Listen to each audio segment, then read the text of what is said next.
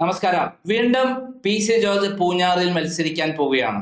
അദ്ദേഹത്തിന്റെ മകൻ ഷോൺ ജോർജ് പാലായിൽ മത്സരിക്കുന്നു. ഈ രണ്ട് സീറ്റും BJP പിടിച്ചെടുക്കുമെന്നുള്ള പരിപൂർണ വിശ്വാസത്തിലാണ് പി സി ജോർജ്. ഈ സന്ദർഭത്തിലാണ് അദ്ദേഹവുമായി ഞാൻ ഇന്ന് ഫോണിലൂടെ ഇന്റർവ്യൂ നടത്തിയത്. അദ്ദേഹം പറഞ്ഞ കാര്യങ്ങൾ വളരെ രസകരമാണ്. പ്രധാനമായും അദ്ദേഹം പറഞ്ഞിട്ടുള്ളത് KM മാണിയുടെ മകൻ ജോസ് കെ മാണിയെ കുറിച്ചിട്ടാണ്. അദ്ദേഹം വളരെ ഷാർപ്പായി പറഞ്ഞിട്ടുള്ള കാര്യം, ജോസ് കെ മാണി സ്വന്തം പിതാവിനെ ചായ പോലും കൊടുക്കാതെ, ഒരു വെള്ളം പോലും കൊടുക്കാതെ മുഖത്ത് തല്ലി എന്നുള്ളതാണ്.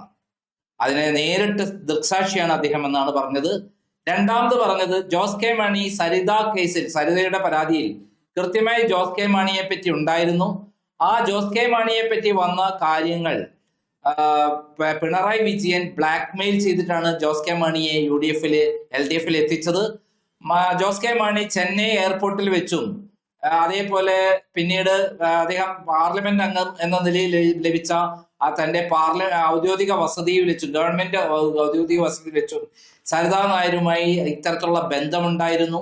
ആ ബന്ധം കൃത്യമായിട്ട് എഴുതി പരാതിയായി കൊടുത്തിരുന്നു. അതിന് 50 ലക്ഷം രൂപയാണ് കൊടുത്ത് അദ്ദേഹം വഴി, പി സി ജോർജ് വഴി KM മാണി കൊടുത്തിട്ടാണ് ആ കേസ് സെറ്റിൽ ചെയ്തത് എന്നാണ് പറയുന്നത്. ഒരു കാരണവശാലും അവിടെ ജോസ് കെ മാണി പാലയിൽ മത്സരിക്കില്ല. പാലയിൽ മത്സരിച്ച 8 നിലയിൽ പൊട്ടും. അതുകൊണ്ട് അദ്ദേഹം വെല്ലുവിളിക്കാണ്, ധൈര്യമുണ്ടോ ജോസ് കെ മാണി അവിടെ മത്സരിക്കാൻ എന്നുള്ളതാണ് അദ്ദേഹം ചോദിക്കുന്നത്. എന്തായാലും അദ്ദേഹം ഇന്ന് പി സി ജോർജ് എന്നോട് ഇന്ന് സംസാരിച്ച ഫോൺ സംഭാഷണം ഞാൻ പുറത്തുവിടുന്നു. അതായത് ഇപ്പം കേരള കോൺഗ്രസ് മാണി ഗ്രൂപ്പിൽ വലിയ തോതിലുള്ള തർക്കം നടക്കുകയാണ്. റോഷി അഗസ്റ്റ്യൻ പറയുന്നത് ജോസ് കെ മാണി പാലയിൽ തന്നെ മത്സരിക്കണം എന്നാണ്. എന്താണ് അങ്ങക്ക് പറയാനുള്ളത്? അവൻ അന്തസ്സുള്ളവനായി പാലായി മത്സരിക്കും. കാരണം ഞാന് കടത്തി പറയുന്നില്ല, സ്വന്തം പിതാവിനോട് നീതി ചെയ്യാത്തവനാണ് ജോസ് കെ മാണി എന്ന് കേരള കോൺഗ്രസുകാർക്ക് എല്ലാവർക്കും അറിയാം. എന്നിട്ടാണ് ആ നല്ല മനുഷ്യന്റെ പേരുള്ള പാർട്ടിയും ചുവന്നുകൊണ്ട് നടക്കുന്നത്. അതിന് ചെയർമാനാന്ന് പറയുന്നു. അങ്ങനെ പറയുന്നവൻ പാലായ നിയോജകമണ്ഡലത്തിൽ നിന്ന് ജയിക്കണ്ടേ? മാണി സാർ 52 കൊല്ലം MLA ആയിരുന്നു നിയോജകമണ്ഡലമാണ് പാല, അറിയാമോ? 52 ഒരേ നിലയിൽ പുള്ളി അല്ലാതെ ആരും ജയിച്ചിട്ടില്ല. മനസ്സിലായില്ല. അതുപോലെ നിന്ന മനുഷ്യനാണ്. അങ്ങേരുടെ മകൻ അപ്പൊ പാലായിൽ നിന്ന് ജയിക്കണ്ടേ? ജയിക്കുകയാണെങ്കിൽ അവൻ എന്താ ചെയ്യണ്ടേ? ഈ രാഷ്ട്രീയം നിർത്തി വീട്ടിൽ പോകണം. അതായത് മാണി സാറിന്റെ കാലത്ത് ഈ ചെറുക്കന് ഈ പാർട്ടിയായിട്ട് ബന്ധമില്ലല്ലോ. അവൻ ഡൂൾ സ്കൂളിൽ പോയി പഠിക്കുകയല്ലേ. അങ്ങനെ പഠിച്ചു നടന്നവൻ ഒരു സുപ്രഭാതത്തിൽ വന്നിട്ട് അപ്പം മരിച്ചപ്പം അപ്പം സ്ഥാനം ഏറ്റെടുത്താൽ എങ്ങനെ സ്ഥാനം കിട്ടും? ആ സ്ഥാനം തുടരാൻ പറ്റുമോ? ഒരു കാരണവശാലും അയക്കാൻ പറ്റില്ല. അയാൾ ഇപ്പൊ തന്നെ എന്തൊരു പടയനാണ്. അയാളെ UDP ആയിട്ട് ചർച്ച ചെയ്യുക. ചർച്ച മൂത്ത റോഷി കയറി ഉടക്കുക. റോഷി ഉടക്കിയപ്പോൾ റോഷി പുറകെ പോവുക. റോഷി എന്നിട്ട് പ്രഖ്യാപിക്കുക ഇയാള് പാലായി സ്ഥാനാർത്ഥിയാവും ജോസ് കെ മാണി. ജോസ് കെ മാണി പറയുക അത് പാർട്ടി തീരുമാനിക്കുന്നു. ഇതുപോലെ നാണം കെട്ട പാർട്ടിയുണ്ടോ? ഇപ്പൊ തന്നെ 9 കേരള കോൺഗ്രസ് ഉണ്ട്. ഞാൻ വർഷങ്ങളായി പറയാം ഇത് പിരിച്ചുവിടണം, ഇത് ഗുണമില്ല, ഇത് തെറ്റാണ്. ഇപ്പൊ റോഷി ജോസ് കെ മാണി ഇപ്പൊ 2-3 ഭാഗമാണ്. ഒന്നെങ്കിൽ ജോസ് കെ മാണി പാലായി നിൽക്കണം, ഇല്ലെങ്കിൽ ജോസ് കെ മാണി റോഷിയും കൂടെ 2 അപ്പം 10 കേരള കോൺഗ്രസ് ആവും. ഏതായാലും ഒരു കാര്യം പറയാം, അടുത്ത നിയമസഭ തെരഞ്ഞെടുപ്പ് കഴിയുമ്പോൾ ഇതൊന്നും കാണുകയില്ല. ഒരു കേരള കോൺഗ്രസ് ഇവിടെ കാണുകയില്ല. എല്ലാം 1-2 ചുരുങ്ങി വീട്ടിൽ പോയിരിക്കും. എഴുതിയിട്ടോളൂ. 1967 13 MLA ഉണ്ടായിരുന്നു. 24 പേര് ജയിച്ച പാർട്ടിയാണ് ഈ പരുവായിരിക്കുന്നത്. ഏതായാലും ഇത് പിരിച്ചുവിടുക എന്നാണ് അതിന്റെ മര്യാദ എന്ന് എന്റെ അഭിപ്രായം.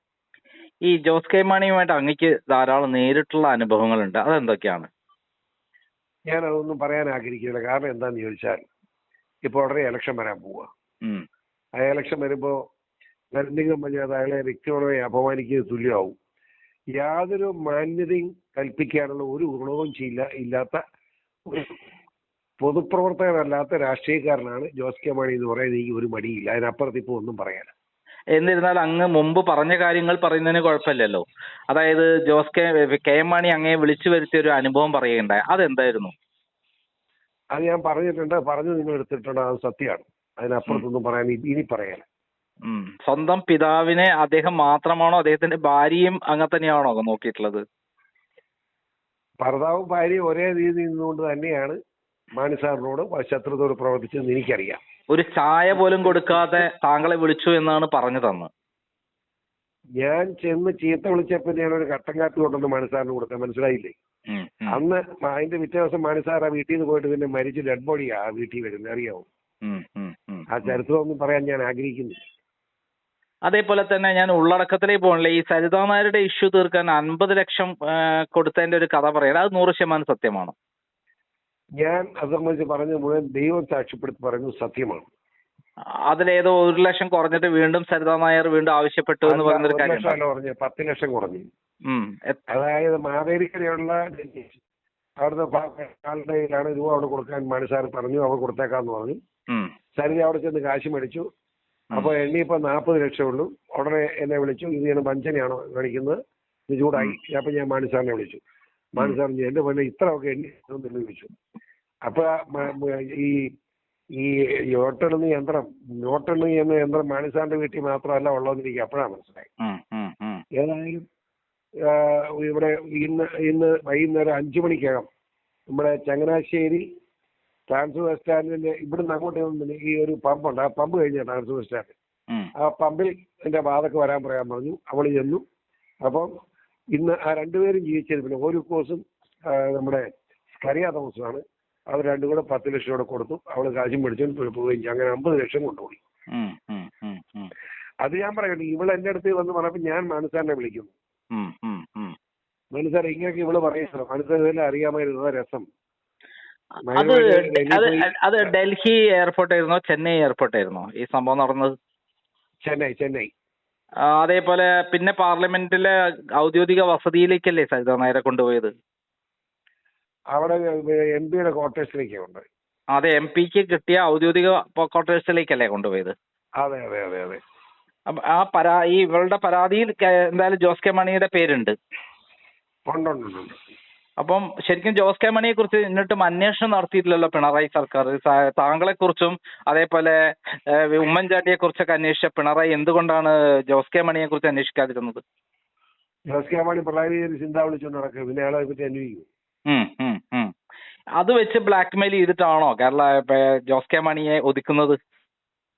പിണറായി ആ ഒറ്റയിടത്തിലാണ് ഒതുക്കുന്നത്. ഈ പറയുന്ന നമ്മൾ ഇത്തവണത്തെ കോട്ടയത്ത് BJP-യുടെ നിലപാ എന്തായിരിക്കും? കോട്ടയത്ത് BJP-ക്ക് പഴയതിലും വലിയ മുന്നേറ്റം ഉണ്ടാവും, സംശയമൊന്നുമല്ല. പൂഞ്ഞാറ് എനിക്കറിയില്ല സ്ഥാനാർത്ഥി ഞാനാണോന്ന് ഞാനാണോ ജയിക്കുന്നത് എനിക്ക് 100% ബോധ്യമാണ്. വേറെ ആളെന്നാലും ജയിക്കാൻ പറ്റുന്ന രീതിയിലുള്ള പ്രവർത്തനം നടന്നുകൊണ്ടിരിക്കുന്നു. ഈ ഷോൺ ജോർജ് പാലയിലായിരിക്കും മത്സരിക്കുന്നത്. പാലായി ജയിക്കും, സംശയം വേണ്ട, ജയിക്കും. പാലയിൽ ഷോൺ ജോർജ് നിൽക്കാണ്, ജയിക്കും. ഇത്തവണ BJP അക്കൗണ്ട് തുറക്കുമെന്ന് തന്നെയാണ് പറയുന്നത്. നേരം 100%. പക്ഷെ ഭരണവിരുദ്ധ വികാരമല്ലേ കേരളത്തിലുള്ളത്? ആ സന്ദർഭത്തിൽ അത് ഒരു UDF-ന് അനുകൂലമായ മുന്നേറ്റമല്ലേ ഉള്ളത് എല്ലായിടത്തും? ഒന്നും ഉണ്ടായത് UDF-ന് മുന്നേറ്റം എന്ന് പറയുന്നത് BJP അത്ര ശക്തമാണെന്ന് ജനങ്ങൾക്ക് ബോധ്യം ഉണ്ടായിരുന്നു. ആ UDF-ന് കിട്ടിയ അധികം വോട്ട് മുഴുവൻ BJP-ക്ക് വന്നേനെ. ഈ തെരഞ്ഞെടുപ്പ് കഴിഞ്ഞപ്പോൾ ത്രിതല പഞ്ചായത്ത് തെരഞ്ഞെടുപ്പ് കഴിഞ്ഞപ്പോൾ ജനങ്ങൾക്ക് മനസ്സിലായി BJP ശക്തമാണെന്ന്. അതുകൊണ്ട് ഇനി സ്വാഭാവിക ജനം ഈ ഭരണവിരുദ്ധ വികാരം, പിണറായി വിരുദ്ധ വികാര വോട്ടുകൾ മുഴുവൻ BJP-ക്ക് അനുകൂലമായിട്ട് വരുമെന്നാണ് ഞങ്ങൾ കരുതുന്നത്. ഇതിനിടയിൽ വലിയൊരു വിവാദം കൂടെ വന്നിരിക്കാനുള്ള എന്താ ശബരിമല സംഗമം എന്ന് പറഞ്ഞിട്ട് ശബരിമല സംഗമത്തിൽ എത്ര കോടി രൂപയാണ് കട്ടിരിക്കുന്നത്? അത് വാസ്തവം പ്രതിയല്ലേ ഇതിനകത്ത്? ശബരിമലയില് കൊള്ളയെന്ന് പറഞ്ഞ കമ്മ്യൂണിസ്റ്റ് പിണറായി വിജയൻ മാത്രമല്ല എല്ലാവരും ഒരുമിച്ച് മോട്ടിക്കുകയല്ലായിരുന്നു. സ്വർണം മുഴുവൻ മോട്ടിച്ചു. അതിനകത്ത് കോൺഗ്രസ്സുകാർക്കും പങ്കാളിത്തമുണ്ട്. കോൺഗ്രസിന്റെ ദേവസ്വം ബോർഡ് ചെയർമാനായിരുന്നവരും കട്ടിട്ടുണ്ട്. എല്ലാവരും അയ്യപ്പന്റെ എല്ലാവരും കക്കാമെന്നാണ് വിചാരിച്ചത്. എല്ലാവരും നടന്ന് കക്കുകയല്ലായിരുന്നു. എന്ത് ചെയ്യാനാ സത്യത്തിൽ? ഇതൊക്കെ പിടുത്തം വീഴും എന്തെങ്കിലും എന്നുള്ള തെളിവായത്. അപ്പം അയ്യപ്പൻ തന്നെ പിടിച്ചോളൂ എല്ലാത്തിനും, യാതൊരു സംശയം വേണ്ട. ഈ അയ്യപ്പ സംഗമത്തിലേക്ക് പോകുമ്പോൾ പിണറായി വിജയൻ മുഖ്യമന്ത്രിയുടെ കാറിലല്ലേ വെള്ളാപ്പള്ളിനെ കയറ്റി താങ്കൾ തെറി പറയുന്നത്? ഞാൻ ഇത് പറയാറില്ല. വെള്ളാപ്പള്ളിയെ പറ്റി തെറി പറയേണ്ട കാര്യം എനിക്ക് തന്നെ. വെള്ളാപ്പള്ളി എന്ന് പറഞ്ഞാൽ ഒരു സമുദായത്തിന്റെ നേതാവാണ്, അങ്ങനെ നിഷേധിക്കാൻ പറ്റില്ല. അങ്ങനെ വലിയ സംഭാവന ഈ ഈഴവ സമുദായത്തിന് കൊടുത്തിട്ടുണ്ടെന്ന് വിശ്വസിക്കുന്ന ആളാണ് ഞാൻ. എനിക്ക് അദ്ദേഹത്തെ വളരെ ബഹുമാനമാണ്. പിന്നെ അദ്ദേഹം പറയുന്ന എല്ലാ കാര്യത്തോടും എനിക്ക് യോജിപ്പില്ല. യോജിപ്പുള്ള കാര്യം യോജിപ്പുണ്ടെന്ന് തന്നെ പറയും, യോജിപ്പില്ലാതെ യോജിപ്പില്ലെന്ന് പറയും. മുഖ്യമന്ത്രിയുടെ കാറെ കയറി പോയി എന്നുള്ളതിന് വലിയ ആനക്കാരിയായിട്ട് ഞാൻ കണ്ടില്ല. കാരണം വെള്ളാപ്പള്ളി അത് മുഖ്യമന്ത്രി കാറെ കയറാതിരിക്കുകയായിരുന്നു അങ്ങേർക്ക് നല്ലത്, വെള്ളാപ്പള്ളിക്ക് നല്ലത്. കാരണം അല്ല പിണറായിയുടെ ഒരു ADC ആയി പോയില്ലേ. ആ വെള്ളായിക്ക് എത്രയോ ഉന്നതമായ സ്ഥാനത്ത് ആ സത്യത്തിൽ ഇപ്പം വെള്ളാപ്പള്ളി പ്രദേശം ഇരിക്കുന്നത്. അങ്ങേർക്ക് ആ സ്ഥാനത്തിന്റെ മഹത്വം മനസ്സിലായില്ല എന്നാണ് ഞാൻ മനസ്സിലാക്കുന്നത്. അതായത് പിണറായിയെ പോലെ ഇത്ര അധമനായ ഒരു മുഖ്യമന്ത്രിയുടെ കാറ് കയറിയത് വളരെ മോശമാവുന്നത് വെള്ളാപ്പള്ളിക്കാണെന്ന് നഷ്ടം ഉണ്ടാവുന്നതെന്നാണ് അങ്ങ് പറയുന്നത്. അത് എന്റെ അഭിപ്രായം അതാണ്. പിണറായിക്കെതിരെയുള്ള കേസുകളൊക്കെ എന്തായി തീരും? അങ്ങ് ധാരാളം പോരാടിയിട്ടുള്ള എല്ലാ കേസുകളിൽ കേസുകളെല്ലാം കാശിന്റെ പൊളപ്പിൽ വക്കീലന്മാര് അത് വലിയ വലിയ കൂടിയ ഇതിന്റെ ഏറ്റവും പ്രമുഖമായ വക്കീലന്മാരെല്ലാം കൂടി മാറ്റി വെച്ച് പോവല്ലേ. അവരും കേസ് പോയപ്പോ 45 മാറ്റായി. 90 തവണയായി. അപമാനമാണെന്നാണ് എന്റെ അഭിപ്രായം. 90 തവണയായി. അതൊന്നും ഇന്ത്യൻ ജുഡീഷ്യറിയുടെ കഷ്ടകാലം, അപമാനം, അതല്ലാതെ എന്താ പറയുന്നു. സ്വർണ്ണക്കള്ളക്കടത്ത് കേസ് എന്തോ സ്വർണ്ണക്കള്ളക്കടത്ത് കേസ് എന്താ ഈ കടത്ത് കേസൊക്കെ അതൊക്കെ വരും, പിടിക്കും എന്ന് തന്നെ ഞാൻ വിശ്വസിക്കുകയാണ്. അയ്യപ്പനല്ലേ, അയ്യപ്പൻ അങ്ങനെ തീരെ ശക്തിയില്ലാത്ത ആളല്ലല്ലോ. പിടിച്ചോ ധൈര്യമായിട്ട്. അയ്യപ്പനെ തൊട്ട പിണറായിക്ക് അയ്യപ്പൻ ശരിക്കും പണി കൊടുക്കും തന്നെയാണ് അങ്ങ് വിശ്വസിക്കുന്നത്? 100%. ഈ അന്ന് സ്ത്രീകളെ കയറ്റാൻ കൊണ്ടുപോയപ്പം താങ്കളാണ് അതിന്റെ മുന്നിൽ നിന്ന് പോരാടിയിട്ടുള്ളത്. അതിനെ കുറിച്ചൊന്ന് പറയാമോ? അതായത് അയ്യപ്പന്റെ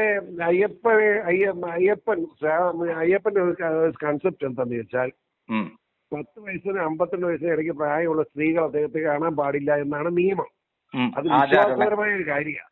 അതായത് സ്ത്രീവിരുദ്ധതയല്ല, സ്ത്രീകൾക്കുമായിട്ടുള്ളവർക്കെല്ലാം കാണാം.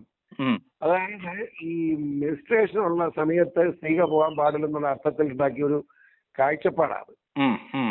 അത് തടങ്ങാൻ വേണ്ടി തുണിയില്ലാത്ത പെണ്ണുങ്ങളെ പിടിച്ചു വന്നുകൊണ്ട് അങ്ങോട്ട് ഇല്ല എന്ന് പറഞ്ഞാൽ സിനിമയ്ക്കകത്തൊക്കെ നൂടായിട്ട് അഭിനയിക്കുക 2 പെണ്ണുങ്ങളെ കൊണ്ടുപോയി പിണറായി വിജയൻ ശബരിമലയുടെ അന്തസ്സ് കെടുത്താൻ നോക്കിയപ്പോൾ സമ്മതിക്കാൻ പറ്റും. അതുകൊണ്ടാണ് ഞാൻ എതിർത്തത്. ശക്തമായ എതിർപ്പുണ്ടായി. ആയിരങ്ങൾക്ക് അയ്യപ്പന്മാർ രണ്ടുകൂടത്ത് കൂടിയിരുന്നു. ഞാൻ അതിന് ഒരു വിട്ടുവീഴ്ചയിൽ ഇപ്പോഴും ആ ലൈനിൽ തന്നെയാണ് ഞാൻ നിൽക്കുന്നത്. അയ്യപ്പനോട് ബഹുമാനം കാണിക്കാൻ ബാധ്യതപ്പെട്ടവരാണ് ജനസമൂഹം എന്നാണ് എന്റെ അഭിപ്രായം. അതായത് താങ്കൾ അതിനുവേണ്ടി നടത്തിയുള്ള പോരാട്ടം, ഒരു ക്രിസ്ത്യാനിയായ താങ്കൾ അയ്യപ്പന് വേണ്ടി, ശബരിമലയ്ക്ക് വേണ്ടിയുള്ള പോരാട്ടം, അന്ന് പോലീസിന്റെ ഭാഗത്തും താങ്കൾക്ക് വലിയ തോതിലുള്ള പ്രശ്നങ്ങൾ ഉണ്ടായി എന്നാണ് മനസ്സിലാക്കുന്നത്. പോലീസ് വെടിവെക്കുമെന്ന് പറഞ്ഞ് ശരി വെടിവെച്ചോളാൻ പറഞ്ഞു, അത്രേ ഉള്ളൂ. എനിക്കറിയാം വെടിവെക്കാൻ, വെടിവെച്ചാൽ ഞാൻ വെടിവെക്കുന്ന അവർക്കറിയാൻ പറ്റും. എന്തെങ്കിലും പ്രശ്നം ഇരിക്കുകയല്ലേ. അത് തന്നെയല്ല നമ്മുടെ ഉള്ള അയ്യപ്പന്മാർ, ആയിരക്കണക്കിന് അയ്യപ്പന്മാരോട് നിൽക്കുക. അങ്ങനെയൊക്കെ വെടിവെച്ചാൽ അയ്യപ്പന്മാർ വെറുതെ വിടുവോ? സ്വാമി ശരണം അയ്യപ്പ ശരണം നമ്മൾ നിൽക്കുകയല്ലേ. സത്യത്തിൽ അവിടെ കൂടി പോലീസ് ഉദ്യോഗസ്ഥന്മാര് മൗനാനുവാദം എനിക്ക് തന്നത് ഞാൻ കരുതുന്നു. എന്താന്ന് വെച്ചാൽ അവർക്കെല്ലാം അയ്യപ്പനെ ബഹുമാനം വന്നി. ഫോറസ്റ്റ് സ്റ്റേഷൻ ഞാൻ ഒരു മണിക്കൂറിൽ നിന്ന് മടുത്തു കഴിഞ്ഞപ്പോ നമ്മുടെ BJP സുരേന്ദ്രൻ വന്നു കഴിഞ്ഞപ്പോഴാണ് ഞാൻ മാറുന്നത്. എന്റെ സ്വാമി കഴിച്ച് സുരേന്ദ്രന് കൊടുത്തത് ഞാൻ തൊട്ടടുത്ത ഫോറസ്റ്റ് സ്റ്റേഷനിലോട്ടാണ് കയറിയത്. അവിടെ ചെന്നവർ എനിക്ക് ഇഡ്ഡലിയും ഞാൻ കഴിക്കുന്ന ഭക്ഷണമെല്ലാം ഉണ്ടാക്കി അവർ വെച്ച് തന്നു. മനസ്സിലായില്ലേ? ഞാൻ സംസാരിച്ച അവരെല്ലാം നമ്മുടെ അനുവാദികളാണ്. അയ്യപ്പനോടുള്ള ബഹുമാനമുള്ളവരാണ് അവരും ഈ പോലീസുകാരും മുഴുവൻ. അതെ, പിണറായിയുടെ നിർബന്ധത്തിന് വഴങ്ങി അവർ ശ്രമിച്ചു എന്നുള്ളതല്ല, അവർക്കാർക്കും ആഗ്രഹമില്ലായിരുന്നു. അതാണ് ഇതിന് സത്യം. Okay, thank you.